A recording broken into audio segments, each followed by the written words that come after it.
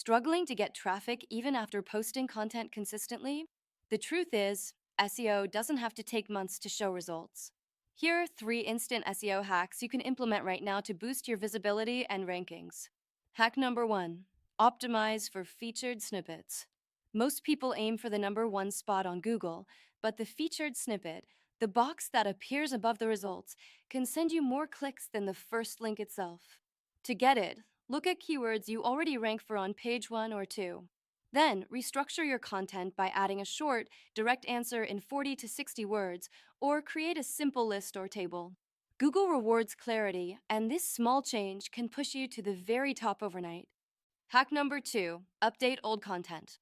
Instead of always creating new blogs, go back to articles that are at least 6 months old. Refresh them with updated statistics, new keywords, and improved formatting. Add internal links to your newer posts. Google sees updated content as more relevant, and you'll often see rankings improve within days. Hack number 3: improve your click-through rate. Even if you rank well, if your titles and descriptions are boring, people won't click.